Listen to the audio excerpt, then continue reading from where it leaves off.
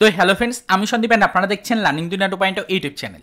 তো ফ্রেন্ডস, আবারও কিন্তু আপনারা যারা আপার প্রাইমারি বা উচ্চ প্রাথমিকের শিক্ষক নিয়োগ প্রক্রিয়ার সাথে যুক্ত ক্যান্ডিডেট রয়েছেন বা 2016 সালের আপার প্রাইমারি রিক্রুটমেন্টের যারা ক্যান্ডিডেট রয়েছেন, তাদের জন্য আজকের এই ছোট্ট এবং আর্জেন্ট ভিডিওটা 25 তারিখে দাঁড়িয়ে কিন্তু ক্রিয়েট করছি। তো অবশ্যই ভিডিওটিকে একটু মনোযোগ সহকারে দেখুন, ভিডিওর মূল গুরুত্বটাকে একটু ভালো করে বোঝার চেষ্টা করুন। তো দেখুন ফ্রেন্ডস, আপনারা যারা আপার প্রাইমারির বিভিন্ন ক্যাটাগরি ক্যান্ডিডেট রয়েছেন, অলরেডি যারা ফার্স্ট কাউন্সিলিং কমপ্লিট করেছেন, যারা জয়নিংয়ের জন্য ওয়েট করছেন, যারা সেকেন্ড কাউন্সিলিংয়ের জন্য ওয়েট করছেন, যারা ধারাবাহিক পদ্ধতিতে পরবর্তীতে কাউন্সিলিংয়ের জন্য ওয়েট করছেন, এমনকি যারা সিট আপডেটের দাবি জানাচ্ছেন, প্রত্যেকটা চাকরি প্রার্থীদের জন্যই আজকের এই ছোট্ট এবং আর্জেন্ট ভিডিওটা কিন্তু ক্রিয়েট করা। তো সকলেই কিন্তু ফোকাসে রেখেছেন আপার প্রাইমারির ম্যাট কেসটার উপরে। ম্যাট কেসটা বর্তমানে কিন্তু একটা আইকন হয়ে দাঁড়িয়েছে আমাদের কাছে। আপার প্রাইমারি রিক্রুটমেন্ট মানেই ম্যাট কেস।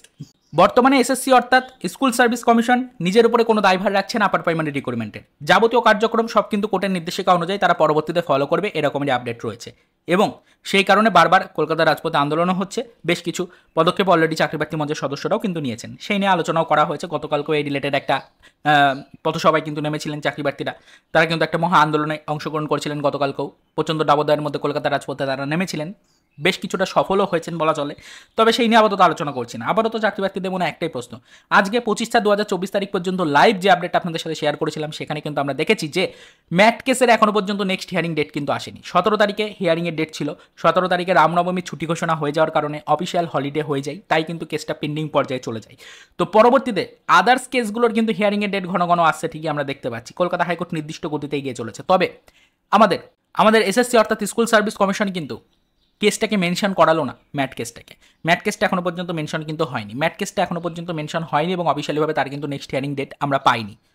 তো সেক্ষেত্রে অবশ্যই চাকরি প্রার্থীদের মনে একটাই প্রশ্ন, তাহলে ম্যাট কেসটা কবে মেনশন হতে পারে? ম্যাট কেসের মেনশন নিয়ে বর্তমানে এসএসসি অর্থাৎ স্কুল সার্ভিস কমিশনের কি বক্তব্য, এই নিয়ে কিন্তু অনেকেরই প্রশ্ন রয়েছে। আমরা জানি বর্তমানে কিন্তু স্কুল সার্ভিস কমিশনের আন্ডারে থাকা এসএলএসটির যে রিক্রুটমেন্ট রয়েছে, সেখানে কিন্তু 25,000+ চাকরি প্রার্থীদের চাকরি বাতিলের একটা রব উঠেছে। সেই নিয়ে ইতিমধ্যে কিন্তু সুপ্রিম কোর্ট, হাইকোর্ট এই নিয়ে কিন্তু একটা দ্বন্দ্ব কিন্তু চলছে, সেটা আমরা সকলেই কিন্তু দেখেছি।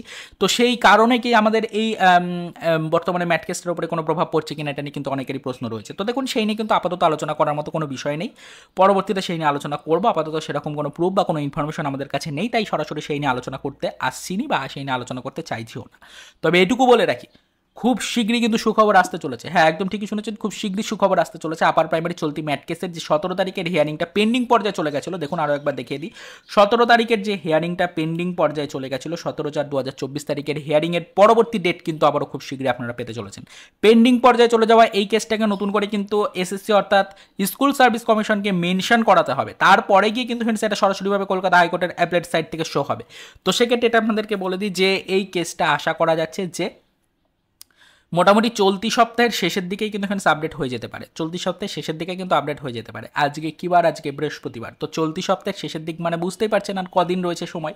এরকমই খবর পাচ্ছি চলতি সপ্তাহের শেষের দিকে মোটামুটিভাবে কিন্তু এখানে এই কেসটা মেনশন করাতে পারে আমাদের এসএসসি অর্থাৎ স্কুল সার্ভিস কমিশন। তবে যদি চলতি সপ্তাহ শেষের দিকে মেনশন না হয় কোনো কারণবশত, তাহলে আগামী সপ্তাহের প্রথম দিকেই কিন্তু কেসটা মেনশন হয়ে যাবে, এটুকু কনফার্মেশন কিন্তু পাচ্ছি।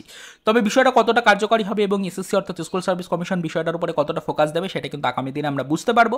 তবে আপাতত আপনাদেরকে বলে রাখি যে বর্তমানে কিন্তু আমাদের এসএসসি অর্থাৎ স্কুল সার্ভিস কমিশনের যে এসএলএসটি রিক্রুটমেন্ট রয়েছে, সেটার কিন্তু কোনো সরাসরি প্রভাব আমাদের এই কেসের উপরে কিন্তু পড়ছে না। তো চিন্তিত হওয়ার কোনো কারণ নেই। অবশ্যই এটুকু জেনে রাখুন যে কেসটা, যেটা ম্যাট কেসটার 17 তারিখের হিয়ারিংটা যেটা পেন্ডিং পর্যায়ে চলে গেছিলো অফিসিয়াল ছুটির থাকার কারণে বা অফিসিয়াল হলিডের কারণে, সেটা কিন্তু ফ্রেন্ডস অবশ্যই খুব শীঘ্রই মিটতে চলেছে। 17 তারিখের হিয়ারিংয়ের পরবর্তী ডেট কিন্তু খুব শীঘ্রই মেনশন হতে চলেছে, এরকমই আপডেট কিন্তু রয়েছে। তো টেনশন করার মতো সেরকম কোনো কারণ নেই। তবে 17 তারিখের পরবর্তী যে ডেটটা আমরা কয়েকদিনের মধ্যে পাবো, সেই হিয়ারিংটা পর্যন্ত কোনো সমস্যা নেই।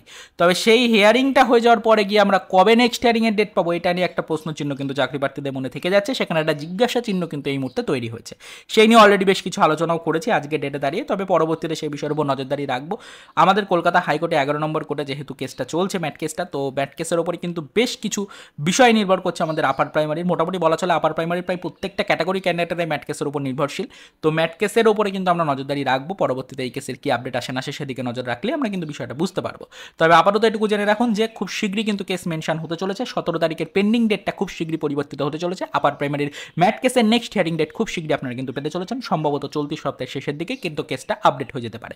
তবে কোনো কারণবশত চলতি সপ্তাহের শেষের দিকে না হলে আগামী সপ্তাহের ফার্স্টের দিকেই হয়ে যাবে, এরকমই বর্তমান খবর রয়েছে আজ পর্যন্ত।